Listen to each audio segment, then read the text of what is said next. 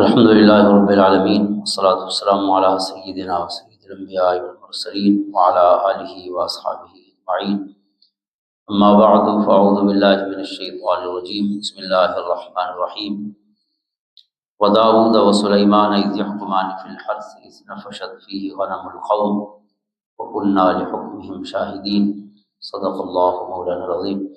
ان اللہ وملائکتہ یصلون علی النبی یا ایھا الذین آمنوا صلوا علیہ وسلموا تسلیما.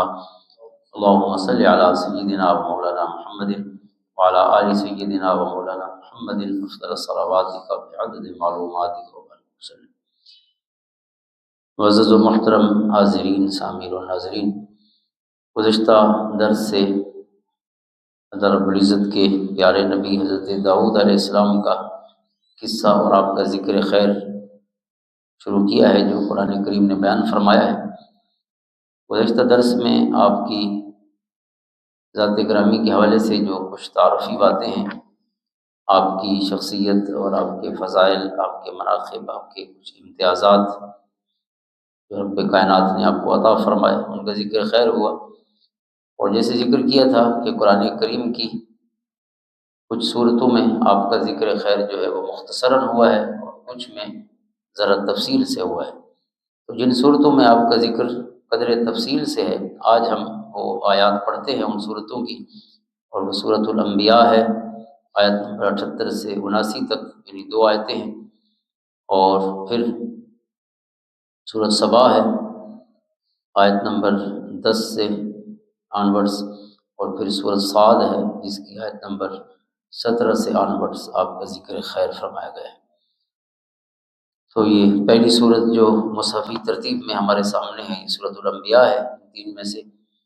اس میں فرمایا گیا اور یاد کیجئے داؤد اور سلیمان علیہ السلام کو، وداؤد و سلیمان، دونوں باپ بیٹا بھی ہیں اور دونوں اللہ تعالیٰ کے برگزیدہ نبی ہیں. اذ یحکمان فی الحرث، جب وہ دونوں فیصلہ کر رہے تھے ایک کھیت کے بارے میں. یعنی خالق کائنات جو ہے ان دونوں نبیوں کا ذکر اپنے محبوب علیہ السلام کو یاد دلا رہا ہے اور فرماتا ہے کہ خاص واقعہ ان دونوں باپ بیٹے کے ساتھ جو منسوب ہے کہ یاد کیجئے داؤد و سلیمان علیہ السلام کو جب وہ دونوں ایک کھیت کے بارے میں فیصلہ کر رہے تھے. اذ نفشت فیہ غنم القوم، جس کھیت میں ایک قوم کی بکریاں جو ہیں وہ چرنے گئیں یا اس کھیت کو چر گئی تھی. ایک قوم کی بکریاں جو ہیں وہ کسی کے کھیت میں چلی گئیں اور اس کا سارا کھیت انہوں نے ختم کر دیا، بکریاں چر گئیں. تو یہ ایک جھگڑا ہوا 2 لوگوں کے درمیان، ایک کی بکریاں تھیں اور ایک کا کھیت تھا. تو حضرت داؤد و سلیمان علیہ السلام نے پھر اس جو جھگڑا تھا اس کا فیصلہ فرمایا. تو وَقُلْنَا لِحُكْمِهِمْ شَاهِدِينَ، اور ہم ان کے فیصلے کو دیکھ رہے تھے. خالق فرما رہے تھے کہ ہم مشاہدہ فرما رہے تھے کہ کس طرح باپ بیٹا فیصلہ کرتے ہیں. فَفَهَمْنَاهَا سُلَيْمَانَ، اب حضرت داؤد علیہ السلام باپ ہیں، حضرت سلیمان بیٹے ہیں. پھر اللہ فرماتا ہے سو ہم نے اس کا صحیح فیصلہ سلیمان کو سمجھا دیا. یعنی باپ کی بجائے فیصلے کا صحیح فہم اللہ نے بیٹے کو عطا فرمایا. دونوں جلیل القدر نبی ہیں، لیکن یہ شرف بیٹے کے حصے میں آیا کہ اللہ تعالیٰ نے انہیں صحیح جو فیصلہ تھا وہ سمجھا دیا. اب یہ فیصلہ کیا تھا؟ جامع البیان میں حضرت ابن جریر طبری رحمۃ اللہ تعالیٰ علیہ نے حضرت عبداللہ ابن عباس رضی اللہ عنہ سے ایک حدیث پاک روایت فرمائی، جس میں ہے کہ 2 آدمیوں میں جھگڑا ہوا، ایک کی بکریاں دوسرے کے کھیت میں چلی گئی اور وہ سارا کھیت چر گئی. تو وہ جو کھیت والا تھا وہ حضرت داؤد علیہ السلام جو باپ ہیں ان کی خدمت میں حاضر ہوا. تو حضرت داؤد علیہ السلام نے جب معاملہ سنا، بکری والے کو بلایا اور اسے فرمایا کہ بھئی یہ ساری بکریاں جو ہیں یہ کھیت والے کو دے دو، کیونکہ آپ کی بکریاں جو ہیں اس کا سارا کھیت چر گئی ہیں، تو لہٰذا بکریاں جو ہے وہ کھیت والے کو اس نقصان کے بدلے میں جو آپ کی بکریوں نے نقصان کیا. تو اب یہ فیصلہ تو ٹھیک تھا اس حساب سے اگر دیکھا جائے، چونکہ یہ اجتہادی مسئلہ تھا. انبیاء بھی اجتہاد فرماتے ہیں، یعنی جب اللہ تعالیٰ کی نص اور اللہ تعالیٰ کی طرف سے واضح حکم حاصل نہیں ہوتا تو انبیاء بھی مکلف ہوتے ہیں اپنے جو ذہن رسا اللہ انہیں عطا فرماتا ہے اس کے مطابق فیصلہ کرنے کی۔ تو اب چونکہ اس کی ساری جو فصل تھی اسے بکریوں نے ختم کر ڈالا تھا، تو آپ نے اس کے نقصان کے ازالے کے لیے بکری والے سے کہا کہ آپ اپنی ساری بکریاں اس کو دے دیں۔ اب یہ فیصلہ کیا انہوں نے، تو وہ جو بکریوں والا تھا وہ حضرت سلیمان علیہ السلام بیٹے کے پاس آ گیا کہ آپ کے والد صاحب نے یہ فیصلہ فرمایا ہے، نقصان تو کم ہوا ہے لیکن بکریاں ساری اس کو دے دی جائیں گی، تو ظاہر ہے اس طرح یہ میرا نقصان زیادہ ہو جائے گا۔ تو حضرت سلیمان علیہ السلام پھر اپنے والد کی خدمت میں حاضر ہوئے اور عرض کی کہ ابا جان، آپ نے جو فیصلہ فرمایا ہے اس کے علاوہ بھی ایک فیصلہ ہو سکتا ہے، آپ نے جو فیصلہ کیا ہے اس کے علاوہ بھی فیصلہ، یہ نہیں کہا کہ اس سے زیادہ بہتر فیصلہ ہو سکتا ہے، یہ کہا کہ اس کے علاوہ بھی ایک فیصلہ ہو سکتا ہے۔ اب یہ جو فیصلہ ہو سکتا ہے اس کے لیے اللہ فرماتا ہے کہ ہم نے حضرت سلیمان علیہ السلام کے ذہن میں اس کا صحیح فہم ڈالا، ففہمناہا سلیمان۔ وہ فیصلہ کیا ہے؟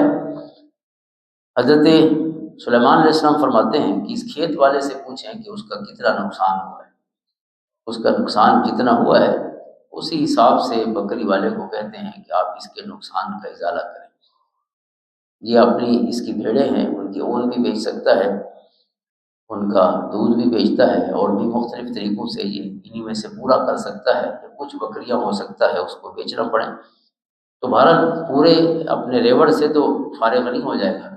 تو حضرت داؤد علیہ السلام نے اس فیصلے کو پسند فرمایا اور آپ نے فرمایا کہ تم نے صحیح فیصلہ کیا ہے، اس میں ظلم نہیں ہے۔ اسی طرح اور بھی بہت سے روایات ہیں اس کے علاوہ بھی احادیث میں بھی کہ حضور علیہ السلام نے جو بیان فرمائی کہ ان دو باپ بیٹوں نے کئی اس طرح کے فیصلے فرمائے کہ جس میں پھر بیٹے کا فیصلہ جو تھا وہ زیادہ بہتر تھا۔ تو قرآن کریم نے خاص طور پہ اس جو کھیت سے متعلق جھگڑا تھا اس کا ذکر فرمایا، اور پھر فرمایا وَكُلًّا آتَيْنَا حُكْمًا وَعِلْمًا۔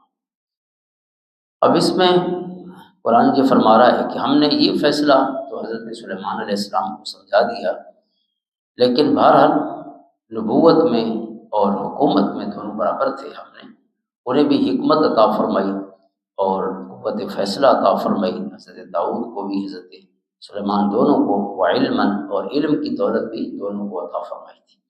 وَسَخَّرْنَا مَعَ دَاوُودَ الْجِبَالَ يُسَبِّحْنَ بِالطَّيْرِ، اور ہم نے حضرت داؤد علیہ السلام کے ساتھ مسخر کر دیا، یعنی ان کے تابع کر دیا ہم نے پہاڑوں کو جو ان کے ساتھ تسبیح کیا کرتے تھے، یعنی جب وہ اللہ کا ذکر کرتے، جیسے گزشتہ درس میں یہ عرض کیا تھا کہ لحن داؤدی، حضرت داؤد علیہ السلام کی جو خوبصورت آواز ہے وہ ایک ایگزمپلری حیثیت رکھتی ہے، مثالی حیثیت رکھتی ہے، اور قرآن کریم نے اسی کو بیان فرمایا کہ وہ ایسا قرآن یعنی جو ان پر اللہ کا کلام نازل ہوا، اس میں اسے قرآن کہا گیا ہے، اس سے مراد زبور ہے یعنی اللہ کا کلام۔ تو فرمایا ہم نے پہاڑوں کو ان کے تابع کر دیا جو ان کے ساتھ تسبیح کیا کرتے تھے۔ حضرت داؤد علیہ السلام اللہ کا کلام پڑھتے، اللہ کی تسبیح بیان کرتے، تو پہاڑ بھی ساتھ ساتھ اللہ کا ذکر کرتے، والطیر اور پرندے بھی ان کے ساتھ اللہ کا ذکر کیا کرتے تھے۔ وَكُنَّا فَاعِلِينَ، اور ہم ہی ہر کام کرنے والے ہیں، اللہ پاک جو چاہے کر سکتا ہے۔ اب یہاں یعنی درمیان میں ذکر جو ہے حضرت سلیمان علیہ السلام کا بھی ساتھ ہوا ہے، لیکن آگے پھر اگلی آیت میں ذکر حضرت داؤد کا ہے۔ وَعَلَّمْنَاهُ صَنْعَةَ لَبُوسٍ لَكُمْ، صنعت کا لفظ ہے، صنعت جس کو ہم انڈسٹری کہتے ہیں، صنعت عربی میں اس کو صنعت کہتے ہیں، ہم اردو میں بھی صنعت کہتے ہیں۔ صنعت کا لفظی معنی جو ہے وہ بنانا ہے، ٹو میک سم تھنگ۔ وَعَلَّمْنَاهُ صَنْعَةَ لَبُوسٍ لَكُمْ، اور ہم نے سکھایا حضرت داؤد علیہ السلام کو، یعنی ہو کی ضمیر حضرت داؤد علیہ السلام کی طرف ہے، صنعت لبوس لباس بنانا سکھایا، لکم تمہارے لیے، لتحصنکم من بأسکم تاکہ وہ لباس تمہیں جنگوں میں اور خوف کی حالت میں محفوظ رکھے۔ اس لباس کو زرہ کہتے ہیں ہم، یعنی جو جنگی لباس ہوتا ہے، لوہے کا وہ لباس جس سے انسان جو ہے وہ محفوظ ہو جاتا ہے۔ فَهَلْ أَنْتُمْ شَاكِرُونَ، بس کیا تم شکر ادا کرو گے؟ یہ سوال ہے۔ تو حضرت داؤد علیہ السلام کو اللہ تعالیٰ نے یہ لوہا جو ہے اس سے چیزیں بنانا سکھایا۔ تو اس کے تحت علماء نے فرمایا ہے کہ حصول معاش کے لیے جو صنعت کاری کی یا پیشے کی ایک حیثیت ہے اللہ کی بارگاہ میں، اس پر یہ آیت کریمہ اور اسی موضوع کی اور آیات بھی وہ اصل ہے۔ یعنی کوئی بھی پیشہ اختیار کیا جائے، وہ لوہے کا ہو، وہ لکڑی کا ہو، وہ سونے کا ہو، وہ چاندی کا ہو، کسی بھی حوالے سے ہو، تو پیشہ کوئی بھی جو ہے کسی بھی حوالے سے وہ کم تر چیز نہیں ہے، اس کو کسی حوالے سے حقیر نہیں کہا جا سکتا۔ اور جو شخص پیشوں پر تان کرتا ہے تو ایسا ہی ہے جیسے وہ اللہ کی کتاب اور اللہ کے رسولوں کی سنت اور اللہ کے رسولوں پر تان کرتا ہے، کیونکہ پیشے جو ہیں وہ اللہ کے نبیوں نے اختیار فرمائے، چاہے وہ کھیتی باڑی ہو یا لوہے کا کام کرنا ہو، لکڑی کا کام کرنا ہو، یا کوئی بھی اور چیز کپڑے سینا ہو، یہ سب نبیوں کی سنت ہے۔ تو جتنے پیشے دنیا میں ہیں یہ اللہ تعالیٰ کے برگزیدہ بندے جو نبی تھے وہ لے کے آئے ہیں، انہوں نے اللہ کے حکم سے متعارف کرائے۔ تو حضرت داؤد علیہ السلام جو ہے اللہ فرماتا ہے ہم نے انہیں یہ صنعت سکھائی کہ کیسے جنگی لباس لوہے کا تیار کرنا ہے۔ فَهَلْ أَنْتُمْ شَاكِرُونَ۔ اور اگلی آیت، دو آیتیں جو ہیں وہ پھر حضرت سلیمان علیہ السلام کا ذکر بھی ہے کہ وَلِسُلَيْمَانَ الرِّيحَ عَاصِفَةً، اور ہم نے تیز ہوا کو سلیمان علیہ السلام کے تابع کر دیا، تجری بامرہ، جو ان کے حکم سے چلا کرتی تھی، الی الارض التي بارکنا فیہا، اس زمین کی طرف جس پہ ہم نے برکتیں فرمائی، وکنا بکل شیء عالمین، اور ہم ہر چیز کو خوب جاننے والے ہیں۔ یہ حضرت سلیمان علیہ السلام کا ذکر ہے، پھر تو انشاءاللہ اگلے درس میں آپ کا تفصیلی ذکر ہم کریں گے حضرت سلیمان کا، لیکن چونکہ باپ بیٹے کا ذکر قرآن نے اکثر اکٹھا کیا ہے تو جدا کرنا ہے بڑا مشکل، لیکن بہرحال آپ کا تعارف اور وہ پھر ہم اگلے جمعہ میں اگلے درس میں کریں گے۔ تو حضرت داؤد علیہ السلام کا پھر ذکر جو ہے وہ سورۃ سبا میں ہے، وَلَقَدْ آتَيْنَا دَاوُودَ مِنَّا فَضْلًا، اور بے شک ہم نے حضرت داؤد علیہ السلام پر اپنا خاص فضل فرمایا تھا، یا جبال اوبی معہ والطیر، کہ ہم نے حکم فرمایا تھا کہ اے پہاڑوں تسبیح کرو حضرت داؤد کے ساتھ، والطیر، اور پرندے بھی، یعنی پرندوں کو بھی حکم فرمایا اور پہاڑوں کو بھی۔ تو پرندے اور پہاڑ یہ حضرت داؤد اور حضرت داؤد علیہ السلام کے ساتھ تسبیح بیان کیا کرتے تھے۔ تو حضرت داؤد اور سلیمان دونوں باپ بیٹے کی خصوصیت ہے کہ یہ منطق الطیر جانتے تھے، پرندوں کی بولی سمجھتے تھے، حضرت داؤد بھی اور حضرت سلیمان علیہ السلام دونوں۔ تو ان کے ساتھ پہاڑوں کا تسبیح بیان کرنا، اب پہاڑ جمادات میں سے ہیں اور طیر جو ہیں یہ اس میں سے حیوانات کا حصہ ہے، تو یہ دونوں جو ہیں حضرت سلیمان کی تسبیح سن کر ان کے ساتھ رطب اللسان ہو جاتے ہیں۔ وَأَلَنَّا لَهُ الْحَدِيدَ، اور ہم نے ان کے لیے لوہے کو نرم کر دیا تھا۔ یہ حضرت داؤد علیہ السلام جیسے وہاں بھی ذکر ہوا، جب لوہے کا لباس بناتے تو انہیں گرم کرنے کی ضرورت بھی نہیں پڑتی تھی، ان کے ہاتھوں میں یہ اللہ تعالیٰ نے صلاحیت رکھی تھی کہ لوہا خود ہی مڑتا چلا جاتا جیسے بھی وہ بنانا چاہتے۔ نعمل سابغات، اور ہم نے یہ حکم دیا تھا کہ آپ مکمل زرہیں بنائیں۔ سابغات وہاں ان کو یہ کہا گیا لتحسنکم، وہ لباس کے جو تمہیں محفوظ رکھے، تو یہاں اس لباس کا نام لیا گیا ہے سابغات یعنی زرہیں۔ وقدر فی السرد، اور ہم نے کہا کہ آپ مناسب انداز سے ان کی کڑیاں جوڑیں، اس جو لوہے کی کڑیاں تھیں مناسب انداز سے جوڑیں، یعنی اللہ تعالیٰ نے گویا پورے لباس کا جو طریقہ کار تھا وہ بھی اپنے محبوب کو تعلیم فرمایا۔ اور دوسری بات یہاں علماء نے یہ کی ہے کہ اس سے پہلے جتنے لوہے کے لباس بنتے تھے وہ بہت ہیوی ہوتے تھے، چونکہ لوہا ویسے بھی بھاری چیز ہے، اور جب پورا لباس بنایا جاتا تھا تو وہ بہت بھاری ہوتا تھا۔ پہلے اللہ تعالیٰ نے جس کو یہ گویا کمال عطا فرمایا کہ وہ ایسا لباس تیار کرے کہ جو زیادہ وزنی بھی نہ ہو، اٹھانے والے کے لیے مسئلہ بھی زیادہ نہ ہو۔ تو یہاں جو وقدر کی بات ہے کہ آپ اسے ایک خاص اندازے اور مناسب اندازے سے بنائیے، یعنی ایسا کہ اس میں وزن بھی زیادہ نہ ہو، یہ بھی اللہ تعالیٰ نے ہی ان کو کمال سکھایا۔ وَاعْمَلُوا صَالِحًا، اور تم نیک عمل کرتے رہو، انی بما تعملون بصیر، بے شک میں تمہارے کاموں کو خوب دیکھنے والا ہوں۔ اب یہاں دو آیتوں میں حضرت داؤد علیہ السلام کا ذکر ہے، پھر آگے آپ کے شہزادے حضرت سلیمان علیہ السلام کا ذکر ہے، اور پھر سورۃ صاد، یعنی ان تین میں سے مصحفی ترتیب میں یہ آخری صورت ہے جس میں حضرت داؤد علیہ السلام کا تفصیلی ذکر ہے۔ اس میں ارشاد فرمایا اصبر علی ما یقولون، جو اللہ تعالیٰ اپنے محبوب علیہ السلام کو ظاہر جتنے واقعات ہیں، قصے ہیں یا احکام ہیں، ان میں حضور علیہ السلام جو ہیں وہ گویا پورے قرآن کا حضور علیہ السلام کا ذکر ایسے ہے جیسے تانا بانا ہوتا ہے۔ ظاہر اصل تو آپ پر ہی کلام ہے، اور جو بھی بات ارشاد فرمائی گئی وہ آپ ہی کو کسی خاص پیغام کے لیے یا آپ کو تسلی دینے کے لیے یا آپ کی امت تک تعلیمات کا اور روشنیوں کا حصہ پہنچانے کے لیے، تو لہٰذا حضور علیہ السلام اور امت مسلمہ کا جو ذکر ہے اور جو احکام ہیں گویا وہ تانے بانے کی طرح پھر ساتھ ساتھ چلتے رہتے ہیں۔ تو فرمایا گیا اے محبوب صلی اللہ علیہ وسلم ان کی باتوں پر صبر کیجیے، یعنی کفار کی باتوں پر۔ وَاذْكُرْ عَبْدَنَا داؤد ذَا الْأَيْدِ، اور ہمارے طاقتور بندے حضرت داؤد کو یاد کیجیے، حضرت داؤد علیہ السلام کو یاد فرمائیے۔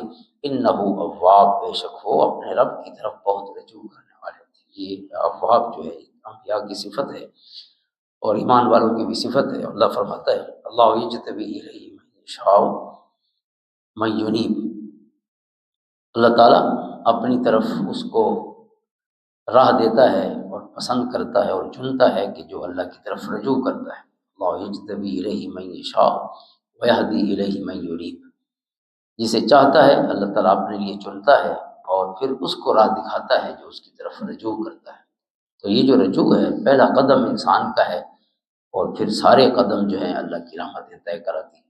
اواب، اللہ کی طرف رجوع، حضرت داؤد علیہ السلام کی صفت ہے۔ انا سخرنا الجبال معه یسبحن بالعشی والاشراق، بے شک ہم نے پہاڑوں کو ان کے لیے مسخر کر دیا، تابع کر دیا تھا، جو ان کے ساتھ شام کو اور صبح کو تسبیح پڑھتے تھے، جیسے وہاں ذکر فرمایا گیا پہاڑ آپ کے ساتھ تسبیح بیان کرتے تھے۔ والطیر محشورہ، اور جمع شدہ پرندے یا پرندوں کے جھنڈ بھی آپ کے ساتھ اللہ تعالیٰ کی تسبیح بیان کرتے تھے۔ کل لہ اواب، سب ان کی طرف رجوع کرنے والے تھے۔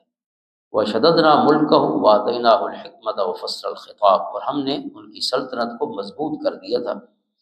وآتیناہ الحکمہ، ہم نے ان کو حکمت اور قول فیصل عطا فرمایا۔ فصل الخطاب، قول فیصل یعنی فیصلہ کرنے کی صحیح صلاحیت ہم نے آپ کو عطا فرمائی۔ وَهَلْ أَتَاكَ نَبَأُ الْخَصْمِ، اور کیا آپ کے پاس جھگڑنے والوں کی خبر آئی ہے؟ اب حضور علیہ السلام کو فرمایا جا رہا ہے حضرت داؤد علیہ السلام کے ساتھ متعلق ایک بڑا اہم واقعہ کہ کیا آپ کے پاس جھگڑنے والوں کی خبر پہنچی ہے؟ اذ تصور المحراب، جب وہ دیوار پھلانگ کے محراب میں آ گئے تھے، جہاں حضرت داؤد علیہ السلام عبادت فرمایا کرتے تھے اپنے گھر میں۔ محراب اس جگہ کا نام ہے، تو اس جگہ میں آپ تشریف فرما تھے۔ دو بندے، جو آپ کا اس وقت تبلیغ کا وقت نہیں تھا، یعنی آپ کی جو پرائیویٹ ٹائم ہوتا تھا اللہ کی عبادت کا، آپ اس عبادت میں مصروف تھے محراب میں، اور دو بندے دیوار پھلانگ کے اندر آ گئے۔ اذ دخلوا علی داؤد، جب وہ دو بندے دیوار پھلانگ کے آپ کے پاس آ گئے، داخل ہوئے، آپ کے پاس پہنچے، ففزع منهم، تو حضرت داؤد علیہ السلام ان سے ڈر گئے۔ ظاہر رات کا وقت ہو اور کوئی دیوار پھلانگ کے دو بندے آ جائیں تو خطرہ تو ہو سکتا ہے کہ پتہ نہیں یہ کس ارادے سے آئے ہیں۔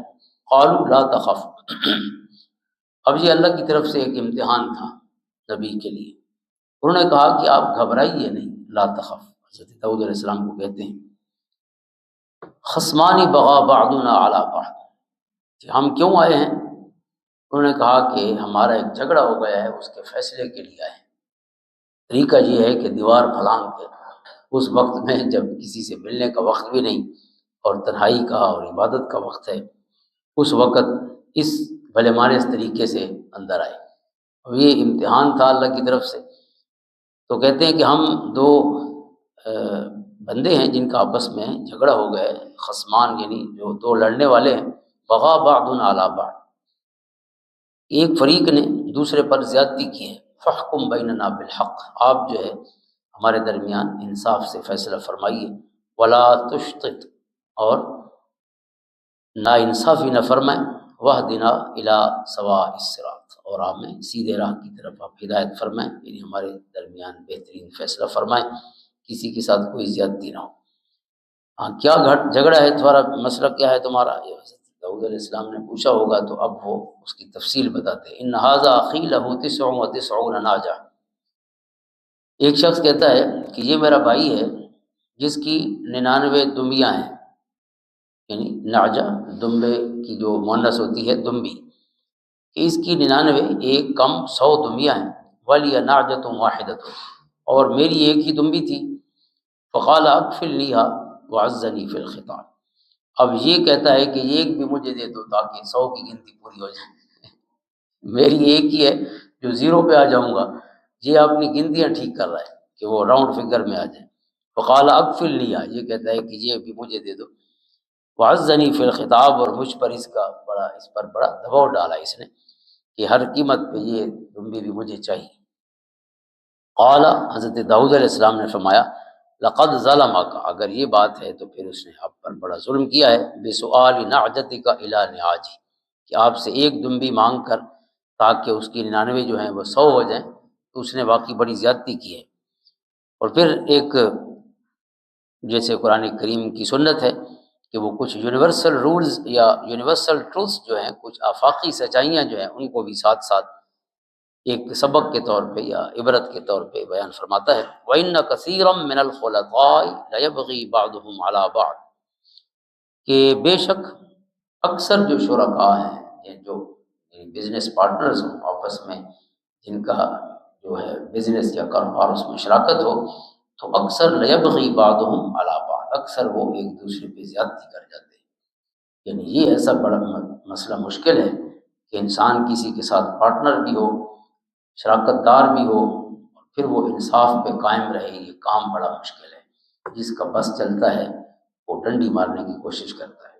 تو یہ ایک اصول بیان کیا گیا ہے کہ جو بزنس پارٹنرز ہوتے ہیں وہ اکثر ان کثیرا من الخلطاء، یعنی اس میں آپ کہہ لیں کہ 70% کہیں یا 90% کہیں، کثیر کا جو قرآن کریم میں لفظ استعمال فرمایا، یعنی اکثر یہی کرتے ہیں کہ وہ ایک دوسرے پہ زیادتی کر جاتے ہیں۔ الا الذین آمنوا وعملوا الصالحات، مگر وہ لوگ یا سوائے ان لوگوں کے جو ایمان لائے اور نیک کام کیے، یعنی جن کے سینے میں ایمان ہے اور عمل صالح کی دولت اور نور بھی موجود ہے، وہ تو کسی کا حق نہیں کھاتے، لیکن وقلیل ما، قرآن کہتا ہے وہ ہیں بڑے تھوڑے، یعنی وہ جو الذین آمنوا وعملوا الصالحات ہیں، آپ یہ نہیں کہیں گے کہ آپ کو ہنڈریڈز میں تھاؤزنڈز میں نظر آئیں گے، جہاں بھی ہوں گے شہروں میں وہ گنے چنے ہوں گے، اس لیے مایوس نہیں ہونا چاہیے، اچھے لوگ ہمیشہ ہی کم ہوتے ہیں۔ قلیل من عبادی الشکور، حضرت سلیمان علیہ السلام کے ذکر میں ہم اگلے انشاءاللہ زندگی باقی تو پڑھیں گے بھی، کہ ان کے ذکر میں بھی فرمایا گیا کہ میرے بہت کم بندے ہیں جو شکر کرنے والے ہیں، ولیکن اکثر الناس لا یعقلون، عقل والے بھی اللہ فرماتا ہے بہت کم ہیں، اکثر لوگ بے عقل ہیں، اکثریت جو ہے وہ عقل والوں کی نہیں، بے عقل لوگوں کی۔ تو یہاں آپ کے ساتھ انصاف کرنے والے، اللہ تعالیٰ کو حاضر ناظر جاننے والے، اور یہ سمجھنے والے کہ ایمان اور عمل صالح کا یہ تقاضا ہے کہ کسی پر ظلم زیادتی نہ کی جائے، ایسے لوگ بہت کم ہیں، قرآن فرماتا ہے وقلیل ما۔ اب وظن داؤد انما فتنا، یہ تو فیصلہ کیا حضرت داؤد علیہ السلام نے، لیکن اب حضرت داؤد علیہ السلام اپنی طرف متوجہ ہوئے پورے معاملے میں۔ وظن داؤد انما فتناہ، حضرت داؤد علیہ السلام نے یہ گمان کیا کہ ہم نے انہیں آزمائش میں ڈالا ہے۔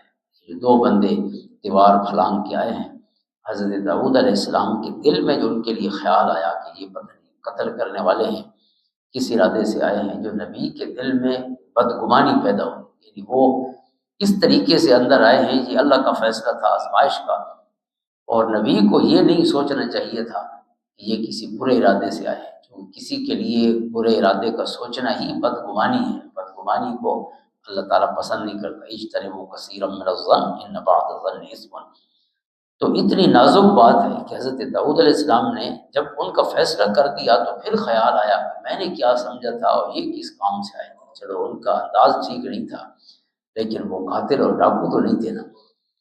تو یہ ان کی یعنی سادگی ہو سکتی ہے کہ یعنی بے وقت آئے ہیں اور عجیب طریقے سے آئے ہیں، دروازے کی بجائے دیواریں پھلانگ کے آئے ہیں، لیکن قاتل اور ڈاکو تو نہیں تھے۔ اور میں یہ سمجھ بیٹھا تو یہ اللہ کی طرف سے میری آزمائش تھی۔ حضرت داؤد فرماتے انما فتنا فاستغفر ربہ، اب حضرت داؤد علیہ السلام نے اپنے رب سے مغفرت طلب کی کہ اے اللہ میرے اس گمان کو معاف فرما۔ وخر راکعا، اور سجدے میں گر گئے، واناب، اور اللہ کی طرف رجوع فرمایا۔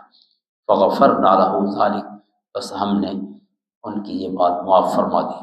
وَإِنَّ لَهُ عِندَنَا زُلْفَىٰ وَحُسْنَ مَآبٍ، اور بے شک ان کے لیے ہماری بارگاہ میں خاص تقرب ہے اور بہترین ٹھکانہ ہے حضرت داؤد علیہ السلام کے۔ یہ جو دل کی بات ہے یہ بھی ویسے تو بندہ مکلف نہیں دل کے خیالات کا، لیکن اگر اس انداز سے دیکھیں کہ دل کی نیت ہی ساری روح ہے سارے دین کی۔ پہلی حدیث امام بخاری رحمۃ اللہ تعالیٰ علیہ نے جو بخاری شریف میں لکھی ہے وہ ہے انما الاعمال بالنیات، عمل کا دار و مدار نیت پر ہے۔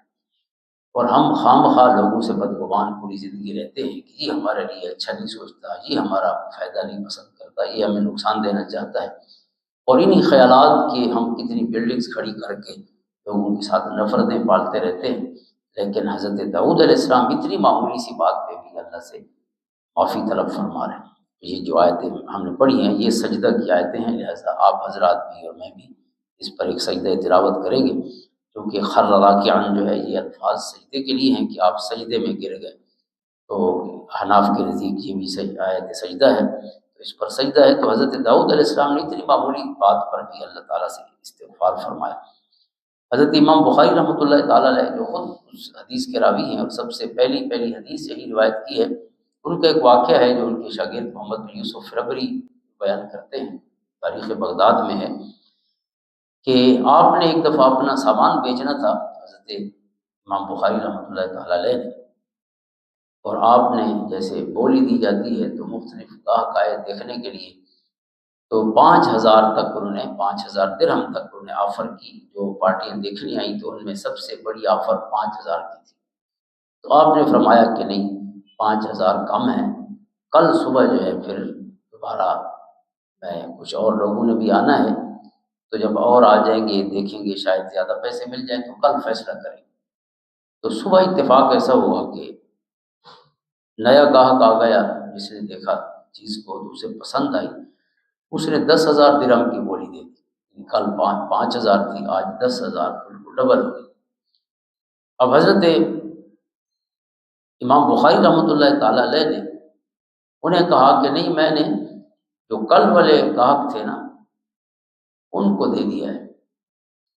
اب وہ شاگرد کہتے ہیں کہ ہم نے کہا کہ انہیں تو آپ نے نہیں دیا تھا، آپ نے تو یہی فرمایا تھا کہ آپ کل آئیں گے، کل دوسرے بھی دیکھیں گے، یہ کم پیسے ہیں تو زیادہ جب ہوں گے تو پھر بیچیں گے، لیکن آپ آج ڈبل مل رہے ہیں، تو آپ کی تو کوئی کمٹمنٹ نہیں ہوئی ان کے ساتھ۔ تو حضرت امام بخاری فرماتے ہیں کہ نہیں، جب وہ چلے گئے تھے تو میں نے دل میں یہ کہا تھا کہ اتنی دور سے آئے ہیں بیچارے اور یہ ایسے چلے گئے ہیں تو بس انہیں کو دیتا ہوں۔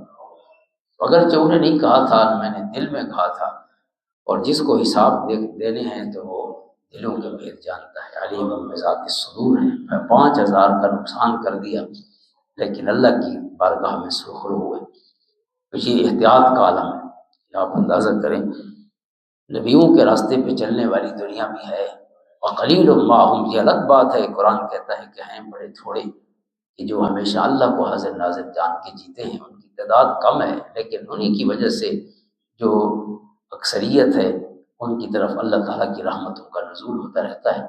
چند لوگ بھی اللہ کی رحمت کے نزول کا ذریعہ اور حوالہ ہے۔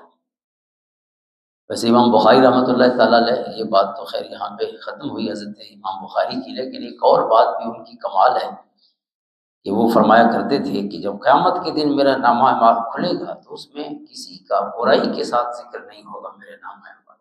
میں نے آج تک کسی کی غیبت نہیں کی، کسی کو برا نہیں کہا۔ اللہ اکبر کبیرہ، کیسے فرشتہ صفت انسان تھے، جنہوں نے اللہ کے رسول صلی اللہ علیہ وسلم کی حدیثیں پھر جمع کی، اللہ تعالیٰ نے ایسے میلے برتنوں میں تو نور نہیں رکھا۔ نور کے لیے تو برتن کا صاف ہونا ضروری ہے، دودھ بھی کوئی نہیں ڈالتا، پانی بھی کوئی نہیں ڈالتا میلے برتن میں، تو علم کا نور اور عمل کی خیرات ظاہر بغیر کسی صفائی کے تو نہیں مل جاتی، تو یہ اندر باہر کی صفائی کی انتہا تھی۔ پھر قرآن کریم فرماتا ہے یا داؤد، ہم نے فرمایا کہ اے داؤد علیہ السلام، انا جعلنا کا خلیفۃ فی الارض، بے شک ہم نے آپ کو زمین میں خلیفہ بنا دیا ہے، فحکم بین الناس بالحق، سو آپ لوگوں کے درمیان حق کے ساتھ فیصلہ کیجیے، ولا تتبع الہوا، اور خواہش کی پیروی نہ کیجیے، فیضلک عن سبیل اللہ، بس وہ خواہش جو ہے، خواہش کی پیروی آپ کو اللہ سے دور بہکا دے گی۔ فیضلک عن سبیل اللہ، خواہش کی پیروی نہ کرو بلکہ ہمیشہ حق اور انصاف کی بات کریں۔ ان الذین یضلون عن سبیل اللہ، بے شک جو لوگ اللہ کی راہ سے بہک جاتے ہیں، لہم عذاب شدید، ان کے لیے سخت عذاب ہے، بما نسوا یوم الحساب، کیونکہ وہ روز حساب کو بھول جاتے ہیں یا بھول گئے تھے، اس وجہ سے ان کے لیے سخت عذاب ہے۔